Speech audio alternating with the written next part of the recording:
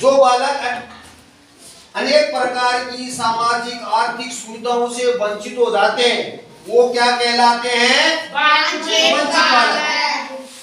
और देखिए जिसके उनका विकास सामान्य बालकों की तरह विकास नहीं हो पाते, अनपढ़ रह जाते हैं, तो वो वंचित बालक कहलाते हैं। अब इन वंचित बालकों की विशेषता देखो।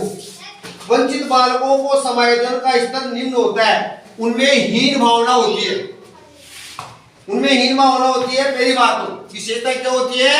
हीन भावना होती है। क्यों होती है हीन भावना?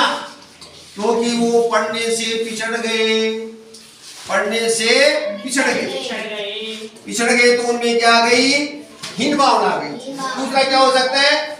संवेगात्मक अस्पष्टता पाई जाती है, अर्थात सामाजिक कार्य में या उनका सोशलाइजेशन कम होता है। तीसरा बौद्धिक स्तर निम्न होता है, बौद्धिक स्तर उनका निम्न होता है। चिंताग्रस्त, अभावग्रस्त, भय युक्त और कुंठाग्रसित होते हैं ऐसे बालक। और चौथी विशेषता हो सकती है विद्यालय क्रियाकलापों में कोई भी सांस्कृतिक उत्सव है, जयंती है, 15 अगस्त, 26 जनवरी, 2 अक्टूबर, इस प्रकार के कार्यक्रम है तो वो भाग नहीं लेते हैं, पार्टिसिपेट नहीं करते हैं।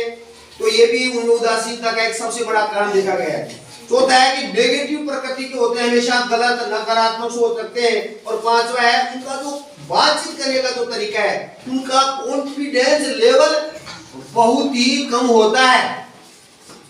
अब देखिए ऐसे बालकों की हम पहचान करेंगे, उनकी विशेषता आ जाएगी, उसके बाद आएगा उनके प्रकार में देखिए तो संवेगात्मक दृष्टि से बालक होते हैं। कैसे होते हैं? जिसमें प्रेम, सहानुभूति, दया नाम की कोई तत्व नहीं होता उनमें, वो समझते नहीं प्रेम दया ये क्या होते हैं। दूसरी, सामाजिक दृष्टि से पिछड़े होते हैं, किसी के घर भी आना जाना पसंद नहीं करते हैं, वो अपने आप ही ज्यादा एकांकीपन वाले बालक होते हैं। सांस्कृतिक दृष्टि से उनका ज्यादा जुड़ाव नहीं होता है, ब्याह शादी में जाना, बुआ जी से मिलना, जीजा जी से मिलना, कोई यज्ञ हो रहा है तो इस प्रकार के कार्यक्रमों से वो दूरी बढ़ा के चलते हैं। आर्थिक दृष्टि से उनके पास धन का भाव होता है, किसी भी प्रकार की कंपटीशन परीक्षा की कोई तैयारी नहीं करते। कभी सरकारी और निजी विद्यालय के जब बच्चे बैठते हैं तो वो कोई प्रकार का पार्टिसिपेट नहीं करते हैं। और शैक्षिक दृष्टि से उनमें उनकी आयु स्तर के बालकों से उनका जो कॉन्फिडेंस लेवल है, कक्षा स्तर का लेवल है, बहुत कम होता है। तो हमें वंचित बालकों पर जो सामाजिक, आर्थिक, मानसिक और सांस्कृतिक रूप से पिछड़े हुए बालक हैं, उन बालकों की हमें पहचान करनी चाहिए। और पहचान कैसे करेंगे?